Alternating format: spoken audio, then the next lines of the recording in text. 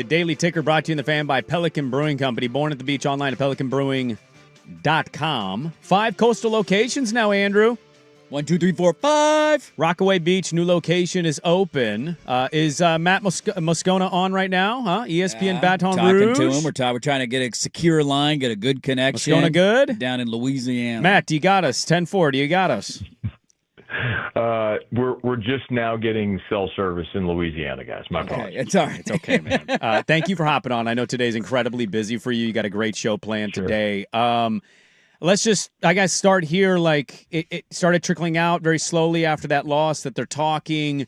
There's been a lot said. What can you tell us about the Brian Kelly era at LSU? And now that it's over, what do you think of the Brian Kelly era at LSU?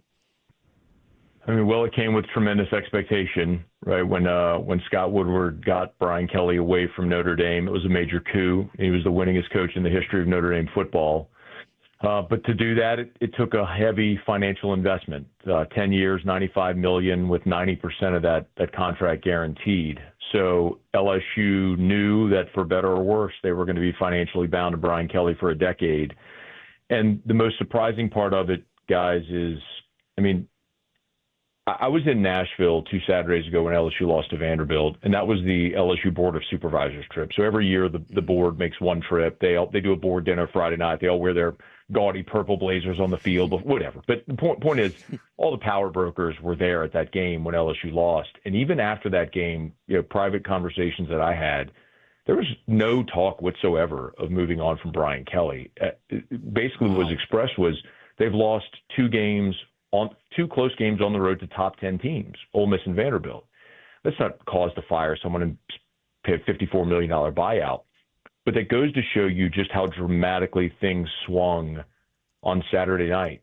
And not just that they lost, but the manner in which they lost in a season with so much expectation ultimately brought them to the point where they felt like they weren't going to recover from that under Brian Kelly. And the time to act was now. And so this is a heavy, heavy, heavy financial burden that LSU is going to have to bear that could impact this program, depending on how this next hire goes, forever.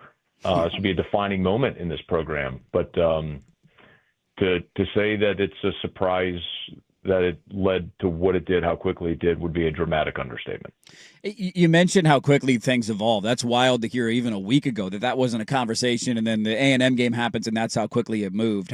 How much of this had to do with just the personality of Brian Kelly or the lack of good relationships amongst people in the building? Like, some of the reporting I saw was he sat down with the AD and things got super contentious yesterday. We all joked about the fake accent when he got there. I'm sure fans, like, if you win, they'll support anybody. But if you're not winning and they don't like you, then it's a double whammy. How much of it had to do with that kind of periphery stuff, and how much of it was about what was happening on the football field?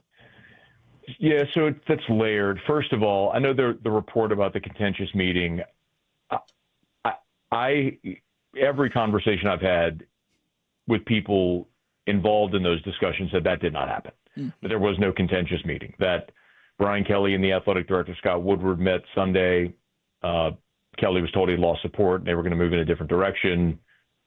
They left. And then Brian Kelly's agent, Trace Armstrong, later got involved as the buyout conversations began. But that contentiousness, that by the way, the team meeting to inform the team that happened at 8 p.m. Central last night, Brian Kelly and Scott Woodward were there. Scott Woodward, the athletic director, introduced Brian Kelly, and Brian Kelly addressed the team. I understand it's a weird thing being here, because I understand the periphery, the impression that people have of Brian Kelly. I can tell you that's not reality here. Look, you're right that when a coach starts losing, people are going to sour on him. But Kelly here was liked. He was respectful, professional. You have to win. Yeah. There's always this conversation about fit, and I never understood that. The winningest coaches in the history of LSU athletics, Nick Saban was a career Midwesterner. Dale Brown was the winningest coach in SEC history, not named Adolph Rupp. He's from Minot, North Dakota. Skip Bertman won 5 baseball titles in 10 years, Jewish guy from Miami coming to heavily Catholic South Louisiana. You don't have to be able to spell étouffée to work at LSU. You just have to win. And so But it's true. Yeah. And when Brian Kelly was winning early, won the West in year one, had a Heisman winner in Jaden Daniels in year two, they just weren't able to continue building upon that success. And that's where things soured, not to do with anything with his personality per se. Matt Moscona, our guest here, ESPN Baton Rouge. Brian Kelly fired LSU. Like, there's a list of guys that's been listed. Lane Kiffin, I think, is the biggest of the names of that group. Thamel, I think, sent out 4 names. We could be wrong here, and I appreciate you kind of correcting some of what's being thrown out there and helping us understand more and more up here about what's going on down there. My co-host and I, we love college football, almost to the level of SEC media types. We talk a lot of college football up here. I'm curious, it feels like Summerall is kind of the underrated best hire because he's already there. It seems like he knows the landscape. And you mentioned you don't have to be the fit per se to win, but he's done a damn good job at Tulane. I'm curious, Wake, where are you looking now as candidates for the opening? I like John Summerall a lot. I'll tell you one thing that's going to work against him is whether this is right or wrong, this is just the reality. The perception of LSU hiring the Tulane coach would not be well received by a lot of people around LSU. Look, it was the same thing 4 years ago that worked against Billy Napier. I mean, Napier was the hot name. I understand how it went at Florida now with the benefit of hindsight, but he was the hot name. I mean, he went from UL Lafayette to Florida. And there were a lot of people here who were just adamantly opposed to LSU hiring the UL Lafayette coach. So that will probably work against Summerall, right or wrong. The Kiffin thing is interesting. There's a lot of ties. Austin Thomas, who's the general manager at LSU, Lane had hired Austin as his GM at Ole Miss, and LSU hired him away from Ole Miss. So there's a lot of synergies there. I don't know how realistic that is. You might be interested. People are mentioning Dan Lanning. Again, I don't know how realistic that is, considering he turned down Alabama. But, you shoot your shot in these types of things. Jed Fish, another name that's come up, who's got Southern ties that you all, I'm sure, familiar with there at UW. And then names like Eli Drinkwitz, Dan Mullen are percolating. I'll give you 2 off-the-radar names. Joe Brady is one. OC with the Bills right now. He was on LSU staff in 2019, won the Broyles as the best assistant in the country. And then Kelvin Shepard, who played linebacker at LSU, is the DC for the Lions right now in Detroit. He's done a great job up there. Is an off-the-radar name to consider. What we don't know, guys, is who is going to be making the hire. I don't know that LSU's athletic director, Scott Woodward, given the current landscape, some of the conversations that have now gone to the level of the governor's office in this state where they're hiring a new university. It's a weird time. They're hiring a new university president, which, of course, the Board of Supervisors will make that hire, but they're effectively going to be enacting the will of the governor. And if the governor wants the new university president to make a change at athletic director, that's going to happen. So do you allow what appears to be on its face a lame duck AD to make the football hire? Probably not. So I know that's sort of convoluted, but it's without knowing who is going to have the final say on this hire, it's hard to know exactly who they might target. It's funny because I think a lot of fan bases are sometimes, totally spot on and then totally way off on the candidate they want to have hired. Like I heard Josh Pate last night was talking about A&M and how they kind of bullied the team from not hiring Mark Stoops, and they ended up getting Elko. And it's like, well, that worked out pretty well for you. Who was the hire that the fan base would get most excited for? Oh, it would be Lane Kiffin. Yeah. And it's weird, guys, because 4 years ago, LSU and Florida, incidentally, were both open at the same time and after the 21 season, and neither school interviewed Lane Kiffin. How dramatic things have changed because, at the time, the perception of Lane was still what it was. He was sort of reforming his career, right? Being the OC at Bama, and then he went to FAU, and but then he landed at Ole Miss, and he has continued to build upon and stack successful years now in year 6 in Oxford. So he's kind of the hot name, but the real question is, would he leave? It's the odd thing about college football right now in this era is look around. Indiana's number 2, Vanderbilt, Georgia Tech are in the top 10. Like, do you need to be at Florida, LSU, Georgia, Alabama, Ohio State? Like, do you need to be at one of those schools to compete for and win a championship? Maybe not. And if Lane Kiffin's happy and he's making all the money in Oxford and he's got that thing rolling, like, would it make sense for him to pack up and leave now? the answer to that question would have been easy in the last hiring cycle. I don't think it's so cut and dried right now. Final one for you, because we appreciate you hopping on a very, very busy day for you down there. This is kind of a random one. There's up here, Oregon State is looking for a new head coach, and Ed Orgeron is begging college football to give him another chance. And so fans up here are jokingly saying Orgeron State and go Beavers. How about that? I'm just curious, what would you say to Oregon State fans that want Ed Orgeron? So I don't know that I don't mind sharing this with you guys. Like, obviously, there's a lot of connectivity here with Ed. He wants that job.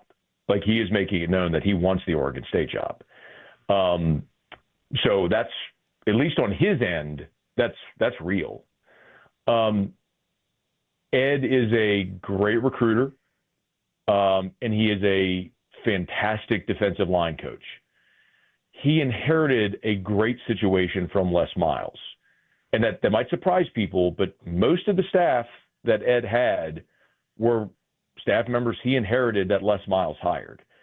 And, he caught lightning in a bottle with Joe Burrow. But he couldn't sustain it.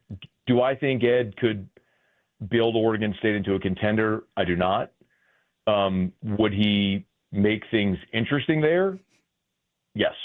But I would also tell you that you look at his time at Ole Miss, his time at LSU, that 2019 season is the outlier of the larger scheme, larger sample size of him as a head coach. And I think if anybody wanted to hire him as a defensive line coach, recruiting coordinator, it would be a slam dunk no-brainer. Thinking that Ed Orgeron will ever have success again as a head coach, I don't see that. But he wants that job. Yeah, he wants that job at Oregon State. I know that. I know that firsthand for a fact that he would take that job if it were offered. Well, not many people want us, so that feels good to be wanted because we're terrible right now. But good stuff, well, Matt. He's got a great tie to the West Coast. I mean, he spent a lot of years at SC, and he knows how to recruit California. I got a funny story for you, Matt. I was at a USC game when he overtook for Lane Kiffin after they tarmacked him. They came to Oregon State that next week, and me and my co-host were at the game, and at midfield, USC won that game in surprising fashion. He told his players before the cameras got there, he said, put me on your shoulders, put me on your shoulders. And they lifted him up, and then the cameras took photos and stuff and made it look like the players did that organically. It's one of the greatest moments I've ever seen Pete produced at a college football game. Matt Moscona, our great guest from ESPN Baton Rouge on a busy day down at LSU for the Daily Ticker. Thanks so much, Matt. We always appreciate having you on, and let's catch up with you soon. Happy to. Thanks, guys. All right, there we go. Matt Moscona, ESPN Baton Rouge, our great friend down there. That's wild to hear. Well, one, the fake reporting that came out yesterday, because that report was everywhere, that he sat down with the AD, and the AD asked him to fire certain people, and he said he would fire other people, and then it got super contentious. And so for Matt to say none of that happened is a funny turn of events. Also, how quickly, they lose to Vanderbilt last week, and for him to say there was no conversation at all. I think wasn't that 2 weeks ago, he said? Was that 2 weeks ago with the Vanderbilt? Maybe it was 2 weeks ago. I thought he said 2 weeks. Okay. Either way, but that's point, 2 weeks. Like, that's crazy, small of they lose that game, and it's like, we're 5-2. We lost to a top 10 team. We'll be okay. And then just boom, he's gone. We got to carry this over because I have a funny point on that. Penn State, if you'd asked their AD going into the Oregon game, are you going to think about firing that guy in 3 weeks? He'd have been like, you're an idiot. Yeah, even after the Oregon game, nobody was talking about firing him. It was will he ever be able to get over the hump? And then 2 weeks later, he's gone. Daily Ticker brought to you on the Fan by Pelican Brewing Company, born at the beach because they have 5 coastal locations. Rockaway Beach is open. Go check it out. You know the 4 other staples: Lincoln City, Tillamook, Cannon Beach, Pacific City. Welcome to the family, Rockaway. Pelican Brewing, born at the beach.